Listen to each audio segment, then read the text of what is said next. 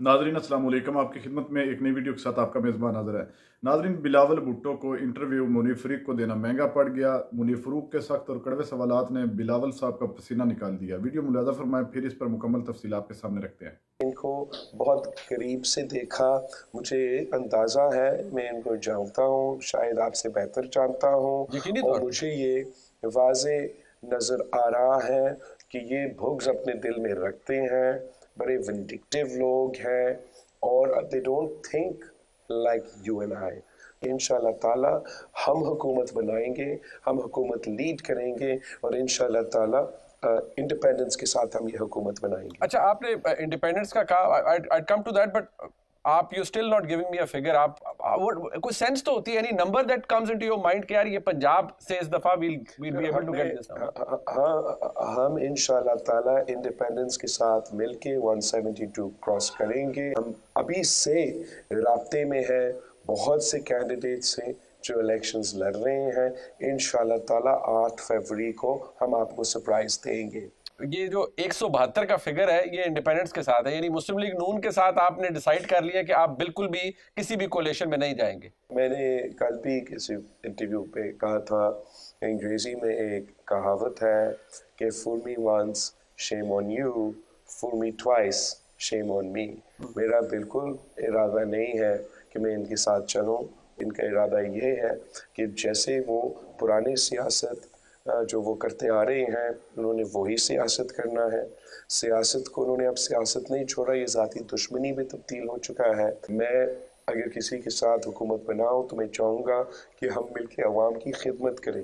एक तरफ एक मुआशी बहरान जो हमने ऐसे हमारा तारीख़ में ऐसे मुआशी बहरान नहीं देखा, दूसरा दहशतगर्द एक बार फिर अपने सर उठा रहे हैं मौसमी तब्दीली की वजह से, या हम कभी कोई सैलाब में डूब रहे हैं या इंतहा ये ड्राउट का सामना करना पड़ रहा है।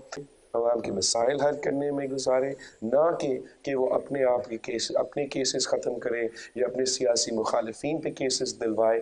मैंने ये देखा कि पिछले 18 महीने में काश हम सिर्फ खिदमत में और अवाम के मसाइल हल करने में फ़ोकस करते तो शायद इस वक्त पाकिस्तान का पोजीशन कोई अलग होता। उनका जो मेन फोकस है जब वो हुकूमत में आते हैं, वो ये कि हमने कैसे और किस तरीके से अपना अपोजिशन को बंद करना है, हमने कैसे और किस तरीके से अपने अपोजिशन को तकलीफ़ दिलवाना है कि हम सियासत को सियासत ही समझें। ये माने कि एक दूसरे के दरमियान इख्तलाफ राय हो सकते हैं, मगर इस सियासत को ज़ाती दुश्मनी तक ना लेके जाए, पूरा मुल्क को एक करके सबको साथ लेके आगे बढ़ना पड़ेगा। बट बिलाल साहब, एक इशू है यहाँ पर कि आपने कहा कि मुस्लिम लीग नून का प्लान सियासी विक्टिमाइजेशन का है अपने सियासी अपोनेंट्स को। इस वक्त तो मुस्लिम लीग नून की हुकूमत ही रही, जिस पीडीएम हुकूमत जो लीड कर रही थी वो भी जरदारी साहब के मरहून मिन्नत था कि उन्होंने शहबाज शरीफ साहब को एक वो अलायंस बनाकर वज़ीर आज़म बनाया। बट क्वेश्चन इज कि उस वक्त कितनी पॉलिटिकल विक्टिमाइजेशन हुई। कुछ लोगों को ज़ाहिर बात है गिरफ्तार किया गया, सब कुछ हुआ, लेकिन आपने उसका जवाब खुद दिया कि अगर आप इस्लामाबाद पर चढ़ दौड़ेंगे तो जवाब तो मिलेगा, फिर रियासत भी अपना एक्ट करेगी। तो मैं बिल्कुल ही I'm not justifying। बट हुआ जहाँ दे तक में नाइन्थ सवाल है, जहाँ तक इदारे पे हमले हैं, वो तो ऑब्वियसली जस्टिफाई नहीं हो सकता है, मगर मैंने इनको बहुत करीब से देखा, मुझे अंदाज़ा है, मैं इनको जानता हूँ, शायद आपसे बेहतर जानता हूँ, और मुझे ये वाज़े नज़र आ रहा है कि ये बुग़्ज़ अपने दिल में रखते हैं, बड़े विंडिक्टिव लोग हैं और they don't think like you and I. इनका एजेंडा ये है कि इन्होंने वापस आके, मियाँ साहब ने इसको नहीं छुपाया, इन्होंने वापस आके वो बेचारा जो अडियाला का जेल सुपरिटेंडेंट था या जो भी, उससे लेके जाके जजेस तक इन्होंने they not hiding this point, इन्होंने हिसाब लेना है। उसमें मुल्क में जो पॉलिटिकल स्टेबिलिटी है, जो कि हमारा इकोनॉमिक स्टेबिलिटी की ज़रूरत है, वो कायम नहीं होगा। We seen this movie before, is now 2024। मियाँ साहब पहली दफ़ा वज़ीर आज़म बना, दूसरी दफ़ा वज़ीर आज़म बना, तीसरी दफ़ा वज़ीर आज़म बना, अब चौथी दफ़ा बनने की कोशिश कर रहा है, मगर वो is not learning anything from his mistakes.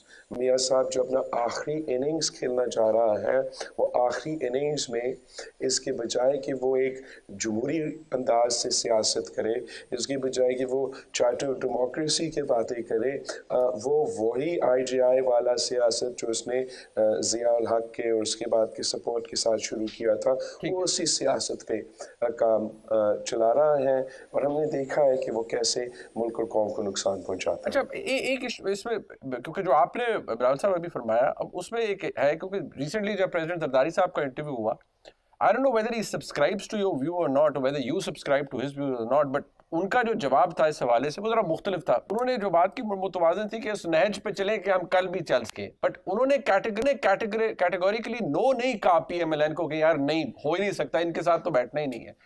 There is a difference of opinion, या there is a difference of policy between you and Zardari Saab? No, there's no difference of opinion, nor is there difference of policy.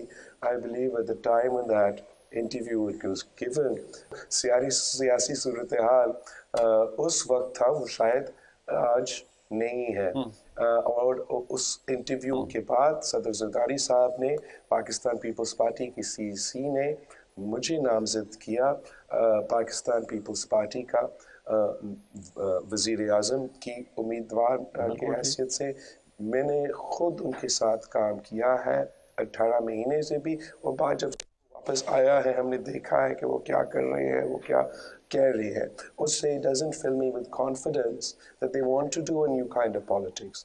मुझे जो नज़र आ रहा है कि वो वही पुरानी सियासत जिससे पे इन्होंने किसी न किसी ज़माने में खुद तौबा किया था कि ये सियासत हम नहीं करेंगे, वो उसी सियासत पे वापस आ। नाज़रीन, आपने वीडियो मुलाज़ा फरमाई। नाज़रीन देख लें कितनी बेशर्मी के साथ झूठ बोल रहा है। कल तक ये PDM का हिस्सा था और इसका जो वालिद है जरदारी, वो मेन पर्सन था और सारा उसका ये किया धरा था। इमरान खान को साइड पर लगाने के लिए ये सारे चोर इकट्ठे थे, और आज ये नून लीग पर ताबड़तोड़ हमले कर रहा है और खुद को एक बड़ी मकबूल जमात कह रहा है और नवाज शरीफ को मुसलसल टारगेट कर रहा है।